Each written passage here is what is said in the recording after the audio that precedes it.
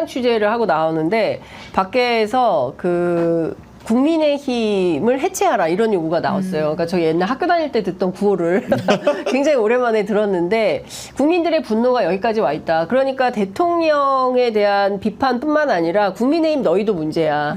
같이. 그러니까 2016년 촛불혁명 당시에 많은 국민들이 주장했던 그 구호 중에 하나도 당시에 이제 새누리당 해체 새누리당 이게 있었거든요. 새누리당을 해체하라. 네. 이제 그리고 사실상 박근혜 대통령이 탄핵이 되면 저 정당이 존립할 수 있겠냐. 아마도 역사 속으로 사라질 수밖에 없다라고 했는데 기어이 살아서 또 대통령까지 만든 정당이 되지 않았습니까? 근데 그런 측면에서 보자면 이 최혜병 특검법 부결 이후에 전국이 어떻게 될지 국민들이 어떻게 국민의힘을 평가하고 판단할지 이건 좀 지켜봐야 되겠다라는 생각이 좀 듭니다.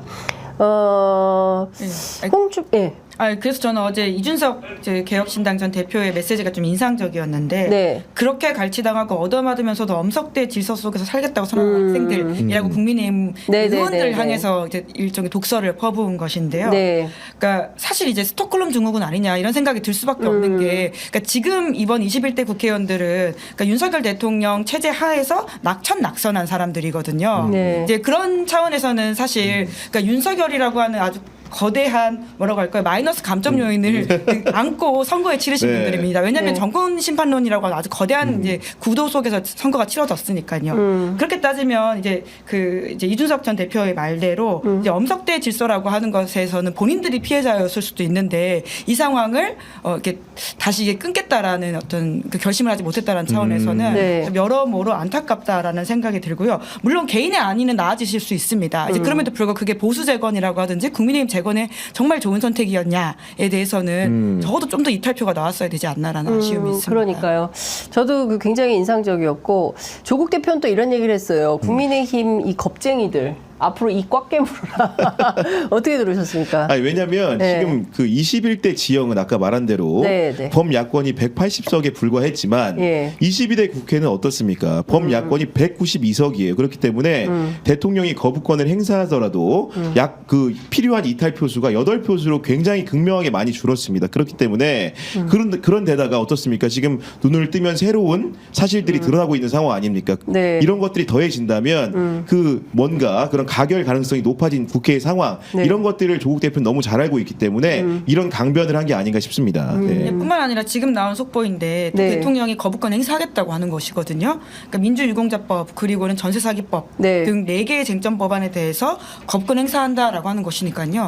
그러면 11번, 12번, 13번, 14번 예, 정말 켜켜이 쌓이고 있습니다. 그 박찬대 원내대표가 저희 프로그램 출연해서 앞으로 이런 뉴스가 나올 수가 있다. 오늘 윤석열 대통령은 200번째 거부권을 행사했습니다. 이런 보도가 나올 수가 있다라고 예고를 한 바 있는데요. 기네스북 나오겠네요. 네. 그러니까요. 네. 예. 그리고 뭐 자랑처럼 얘기하지 않습니까? 뭐 누구죠? 미국 대통령들 뭐 네. 바이든도 11번 했다. 뭐 누구도 뭐 400몇 번 했다. 뭐 이런 얘기를 하는 걸 보면 그래도 된다고 생각하는 건가요? 저는 제가 늘 비유마다 그러니까 네. 사례와 근거를 찾는 게 이게 법조인의 그러니까요. 버릇이거든요. 예를 들면 예, 무슨 예. 판결을 내리거나 예. 기소를 할 때 전례가 있는지 그러니까 뭔가 이제 대통령이 됐고 정치인의 자질이라는 것은 네. 정말로 이제 어떻게 보면은 국민이 원하는 방향으로 그런 방향을 천천히 걸어가고 그 새로운 길을 개척하는 게 중요한데 물론 이제 거부권이라는 새로운 길을 개척한 거여서 약간 이중 모순적인 부분이 있지만은 네. 자꾸 해외 사례 그리고 뭐 여러 뭐 이제 예를 들면 과거의 사례를 언급하면 자기를 정당화하는 것 자체가 네. 굉장히 구차하고 모순적으로 느껴집니다. 얼마나 근거가 박약하면 다른 나라 사례, 예전 사례를 찾아야 됩니까?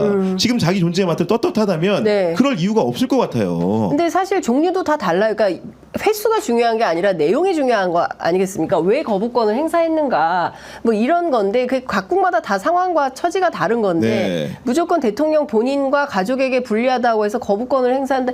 이거를 만약에 미국에서 이렇게 하면 잘했습니다라고 평가를 받겠습니까? 전 세계 어디에서 이런 정치를 잘하는 정치라고. 아니 우리 KBS 대담할 때도 G7 예. 국가들 예. 분석을 해보니까 예. 이러저러 이런 나라는 대담하고 이러저러한 기자회견에서 우리가 대담한다는 얘기를 합리화시켰잖아요. 예.